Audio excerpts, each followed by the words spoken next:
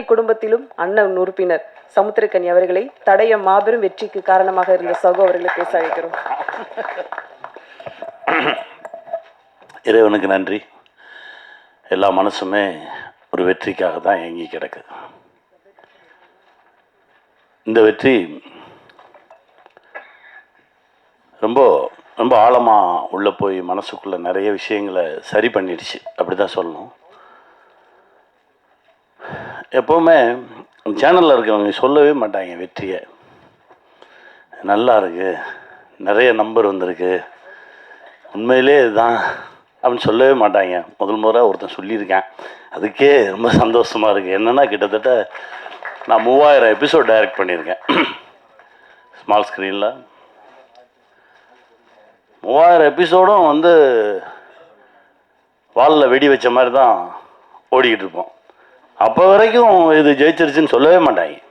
இல்லை இன்னும் கொஞ்சம் இருந்திருக்கலாம், இன்னும் கொஞ்சம் மேலே போயிருக்கலாம், இப்படியே தான் பேசிக்கிட்டு இருப்பாங்க. ஒரே ஒருத்தன் மனசார இன்றைக்கி சொல்லியிருக்கேன், ரொம்ப சந்தோஷமாக இருக்குது.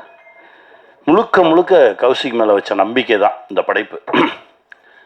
என்னென்னா கௌசிக் வந்து ஒரு 10 நிமிஷம்தான் இந்த படைப்பை பற்றி சொன்னார்.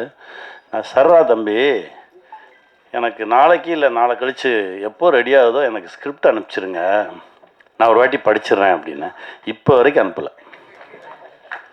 அண்ணே 4 எபிசோட் ரெடியாக இருக்குண்ணே, இந்த மீதி 2 வந்தோடனே உங்களுக்கு நான் அனுப்பிச்சிடுவேன். இதையே சொல்லிக்கிருந்தாங்க. ஒரு முறை நம்பிட்டோம்னா அதுக்கப்புறம் கண்ணை மூடிட்டு பின்னாடி போயிடணும். அங்கே போயிட்டு ஒரு சமயக்காரன் தான் இருக்கணும், அப்போ தான் அந்த சமையல் நல்லாயிருக்கும்.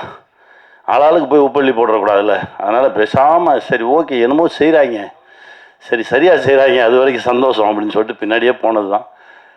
கண்ணை மூடி முழிக்கிறதுக்குள்ளே ஒரு பெரிய ஒரு வெற்றியை பார்க்குறதுன்றது இறைவன் கொடுத்த சக்தி. என் தம்பி கௌஷி, என் தம்பி அஜய், நவீன், இன்னும் இதில் உழைச்ச கே சார், எல்லாருக்குமே இந்த வெற்றியில் பங்கு இருக்குது. அந்த குட்டியோண்டு லென்ஸ் வச்சு பார்த்த அந்த சார் அவ்வளோ ஆழமாக மனசில் பதிஞ்சிருந்தார். அவர் தான் கதையோட டேர்னிங் பாயிண்ட்டே. ரொம்ப சந்தோஷமாக இருந்தது. எல்லாத்தையும் திரும்ப பார்க்க நான் தான் சொன்னேன், டே எல்லோரும் திரும்ப சந்திச்சிடுவோம். அப்புறம் நீ எங்கே இருக்க, நீ வருவியா, நான் வந்துடுறேன் அப்படின்னு சொல்லி தான் சந்தித்தது. ரொம்ப மகிழ்ச்சி. இதையெல்லாம் தாண்டி ஒரு அப்பா கிட்ட இருந்து பிள்ளைக்கு கிடைக்கிற அங்கீகாரம் இருக்குது பார்த்தீங்களா, அது மிக பெருசு. அது ரொம்ப சீக்கிரமாகவே அஜய் கிடச்சிருக்குன்றது எனக்கு ரொம்ப பெரும் மகிழ்ச்சி. ஏன்னா ஊரெல்லாம் போய் ஜெயிச்சுட்டு வந்துடுவோம், வீட்டுக்குள்ளே மட்டும்தான் கிடைக்கவே கிடைக்காது. அந்த லுக்கே ஒரு மாதிரி இருக்கும். அனுபவிச்சிருக்கியா? எனக்கு எப்படி தெரியும் இதை பற்றினா, நம்ம அப்பான்னு ஒரு படம் பண்ணும்போது பெரிய பெரிய ஆளுமைகளை அவங்க அப்பாவை பற்றி பேச சொல்லி கேட்டேன், நீங்கள் பேசுங்க. அப்போது பிரியதர்ஷன் சார் சொன்னார், அதாவது எனக்கு வந்து சிபிஐயில் ஜாப் கிடச்சிருச்சு, அதுக்கு இன்டர்வியூ கூப்பிட்ருந்தாங்க. அந்த இன்டர்வியூ போகிற அன்னைக்கு தான் இங்கே பாசில் சார்கிட்ட அசிஸ்டன்ட் டைரக்டராக ஒர்க் பண்ண வர சொல்லியிருந்தாங்க. ஸோ அந்த இன்டர்வியூக்கு போகிற பேப்பர் எடுத்து தலையணை கவருக்குள்ளே வச்சுட்டு நான் இங்கே போயிட்டேன். ஒரு வாரம் நான் ஒர்க் பண்ணிக்கிட்டு இருக்கேன். திடீர்னு ஒரு நாள் எங்கள் அப்பா வந்து வெளியில் உட்காந்துருந்தார். அந்த இன்டர்வியூ போனியா அப்படின்னு கேட்டார். இல்லை அது போனேன் வந்தேன் அப்படின்னு ஏதோ ஒன்று சொன்னேன், ஒன்றுமே பேசலை. அப்படியே நான் முறைச்சி பார்த்தாரு. இனிமேல் என் கூட பேசாத அப்படின்னு சொல்லிட்டு போயிட்டார். இதற்கு பிறகு கிட்டத்தட்ட 70 படம் டைரக்ட் பண்ணியாச்சு, ஊரே கொண்டாடுது. ஆனால் அப்பா மட்டும் பேச மாட்டேன்றார். ஸ்டேட் அவார்ட்ஸ் வருது, பேசலை. தேசிய விருதுகள் வருது, பேசலை. கடைசி பத்மஸ்ரீ விருது வாங்குறாரு. வாங்கிட்டு வீட்டுக்கு போகும்போது அதே அப்பா, சாரிடா நீ சரியான வழியை தான் தேர்ந்தெடுத்திருக்க அப்படின்னு சொல்லி தோளில் தட்டி கொடுத்தாராம். இது நடக்கிறதுக்கு 30 வருஷம் ஆச்சு அப்படின்னு. அந்த மாதிரி தகப்பன் ஒரு கனவுல இருக்கும்போது அந்த தகப்பன் கனவை பிள்ளைங்க ஈடுகட்டுறது ரொம்ப கடினம். அது இப்போது தம்பி அஜய் கிடச்சிருக்கிறது ரொம்ப பெருமகிழ்ச்சி, ரொம்ப சந்தோஷம்.